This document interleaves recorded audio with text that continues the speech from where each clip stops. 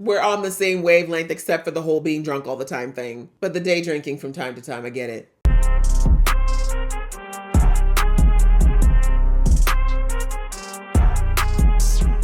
Hey guys, it's your girl Aisha, aka Geek XX Chic, and we are back with another reaction to Vinland Saga. We are on season 1, episode 18, which is called Out of the Cradle. Now, the other half of that phrase, if I am not mistaken, is into the grave. So, I don't know. We'll have to see. Maybe that means that this duel that we started in the last episode does not turn out well for one of our people. Which, speaking of the last episode, we had a lot of fighting, basically. We have the Prince Canute and the Berserker who tried to run away, but they got their cart overturned. But the Berserker took one of his magic mushrooms, so he's planning on getting nasty with it. Canute was just looking scared and dazed, as he should be, because he ragdolled out of that thing. And then way back over at the shore, the river shore, we had Askeladd against everybody. And he actually was doing pretty well. And in the end, he got taken down by some arrows. He's still alive. But then Thorkel showed up and basically was like, I want to fight somebody. And so Thorfinn showed up and gave him his wish. So that's how we ended the episode, with the two of them saying they're about to duel over Askeladd. So let's jump in and see what we got to see. But before I do, just a reminder that if you'd like to know when I drop these, please go ahead and hit that subscribe button as well as the notification bell. All right, that out of the way, let's get into the episode right now. Ooh, slow-mo. Ooh, look at the axe cutting snow. Oh my God, haircut. You gotta give it up for Thorfinn though. Using such a short weapon means he always has to get close range. Unless he throws. They love it. He is good. Thorfinn is no joke, considering that he's barely in his teens. Yeah, I keep forgetting he knew your dad. We used to fought together.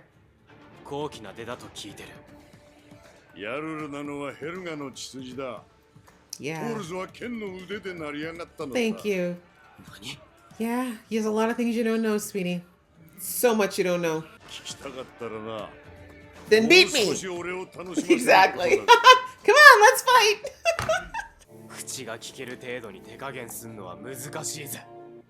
Ooh, big words.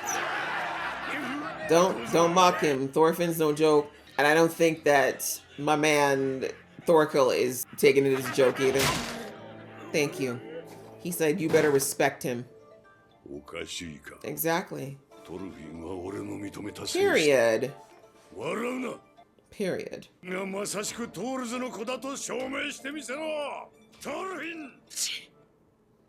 Good inspiration. Y'all really shouldn't be fighting though. Y'all should be buddies. Like, this is so stupid. But the Thorkel doesn't understand a language that doesn't involve blood, so. You're still taking a nap, bruh? Never mind. Look at your coils so perfectly coiffed and spread about you. Just stay there. Okay. Got you. Well, what did you call it? A deliberate coma. Oh, is he dreaming of Ragnar? That conehead, though. Take a look. He's misty. Not with the wound still bleeding.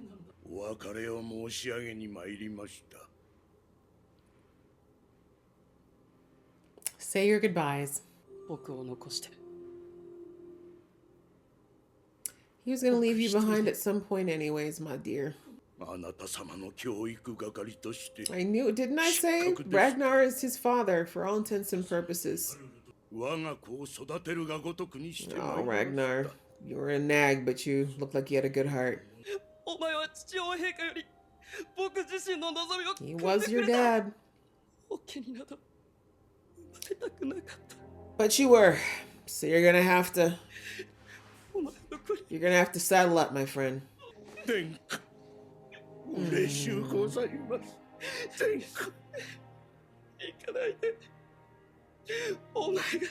already gone.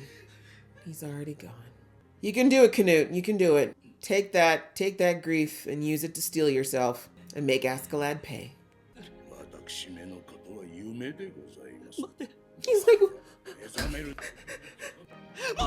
you can't go where he's going, my friend. You got life to live. Come on. He wouldn't want you to follow him. Huh? How does that make sense? Yeah, if I were you, Prince, I'd stay back. He doesn't exactly know friend from foe when he's high. This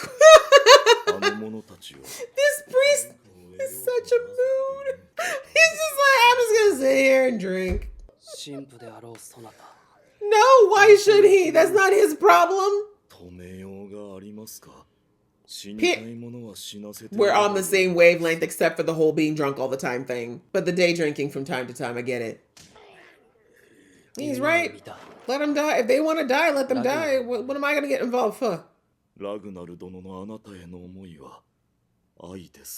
You again with this love thing. You even want to wear those boots? Feet all messy and toe jam. Stop running away! Excuse me, what do you want him to do? Get stabbed? Or get cut? Like, one kid hit from Thorkel's a death sentence, and he knows it. He loves it. He loves it.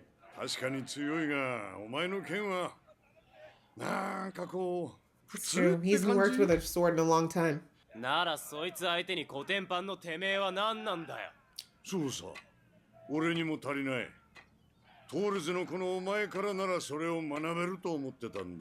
See the humility? To be a warrior. A true warrior does not need to wield a sword. Remember that? He did know your dad. Don't listen to this priest, he's high. What is love? What is love?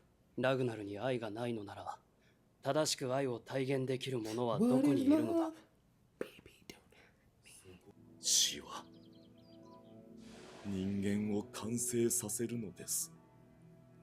Okay.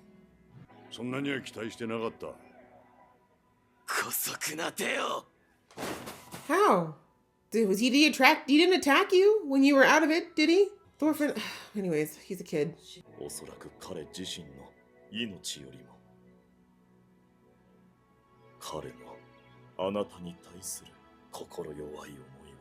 Okay. Sure. What's in that barrel exactly?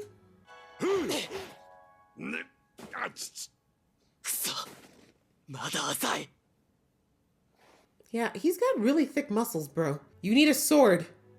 But I guess you can hit the same spot over and over again.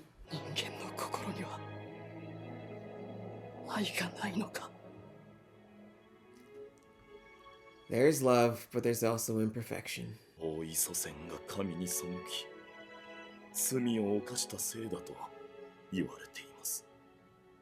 Homie's still broken. I can't. System error still intact. Woohoo! God, where did he go? Oh God. Is he hitting the atmosphere? Oh. Homie literally just, he like broke the sound barrier. What? He's fine. I mean, he's not fine, but he'll live. But Askeladd was worried. That's his kid. For as much as I said that Thorfinn looks at Askeladd as a dad, he definitely looks at Thorfinn as a son.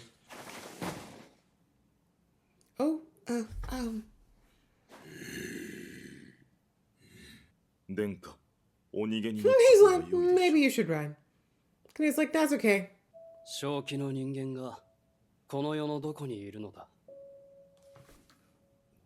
Mostly. Hot breath, bro. And not just because, you know, you're a warm creature. It's just hot.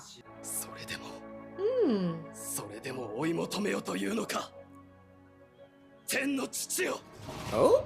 Not him being mad at God.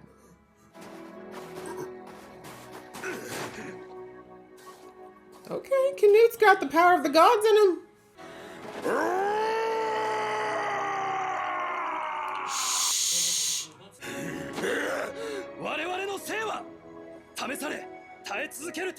You're using way too many big words. Even if he wasn't high right now, he wouldn't understand you.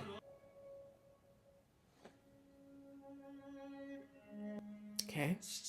与えてくれるなら、我々の手でこの地上に再びの楽園を。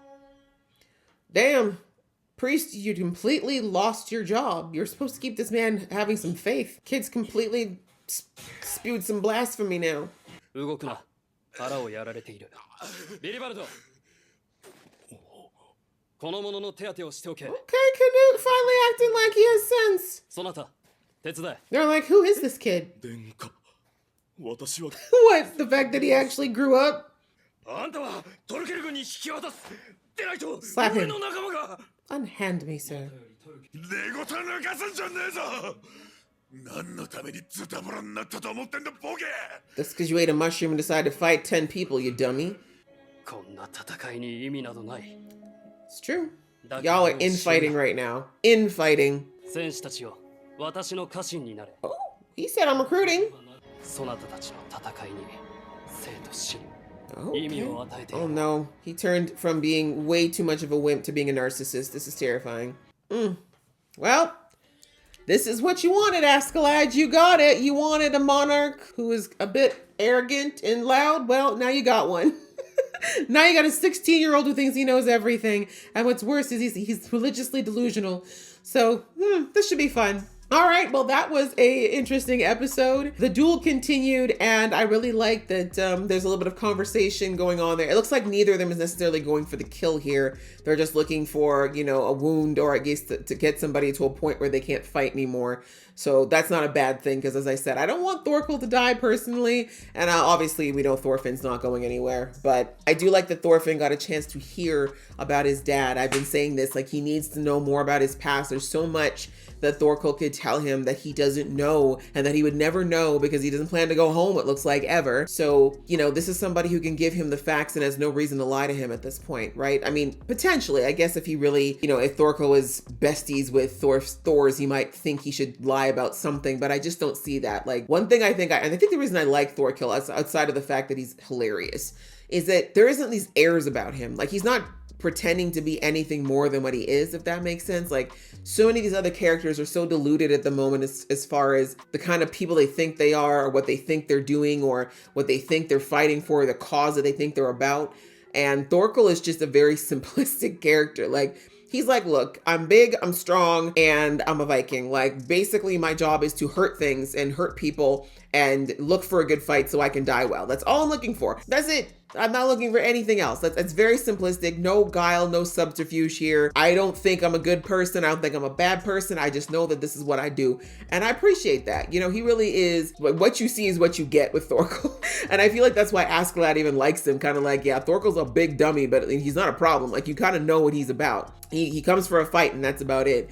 So anyways, I really like that, you know, during his battle with Thorfinn, he gave him some knowledge about how, you know, because remember, finally, Thorfinn started asking the proper questions, like, how do you know my dad? What were you to my dad? And he was like, oh, like, he didn't tell you. And he's like, he told me that he was a Jarl and he came from this. And he's like, no, he's like, your mom came from the royal bloodline. Your dad was just a fighter. But he was scrappy and he did well and he moved up the ranks. And so that you can see, Thorkel had no idea that his mom was a noblewoman, because as you can see, the life that they're living in Iceland, you would never know she had a noble background, right? She doesn't act prissy from what I can see. She's out there getting her hands dirty on a farm. Again, I don't know how it worked. I mean, thousands of years ago, I'm pretty sure things are very different as far as like what royalty did. I'm sure royalty was a little bit closer to people, you know, in some countries. But anyways, point being, you never got that. From what we saw of his mother, Helga never gave off an air of being entitled or feeling like she was royalty compared to everybody else. But anyways, so that was something that was news to Thorfinn. So I'm like, there's so much you need to know, Thorfinn, about your father.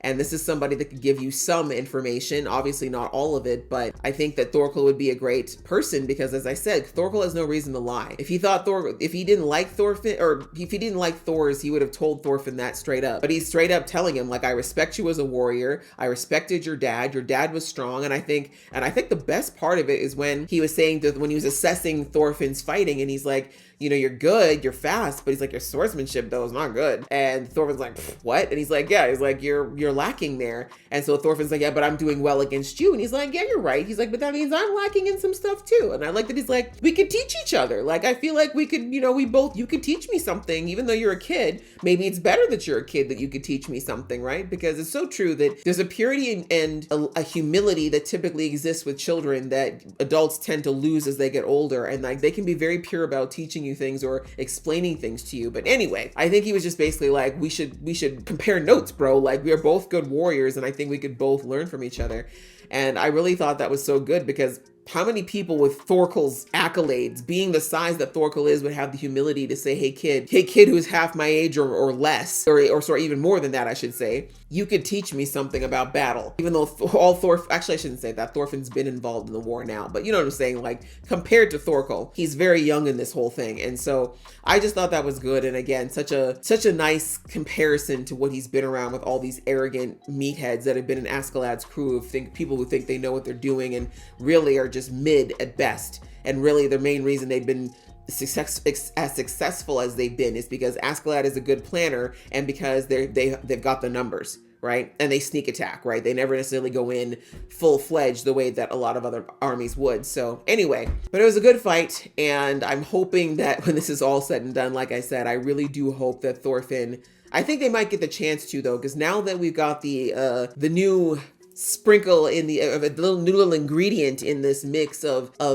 Canute finally stepping into his own, which I'll get into in a second. I think now we're gonna see like these. There's no reason for them to continue to fight. Is my point. The infighting can stop. But anyways, the fight was interesting, and we see that eventually Thorkel proved his point to Thorfinn about him being short-sighted about his skill by throwing off his vision and then kicking him into the stratosphere.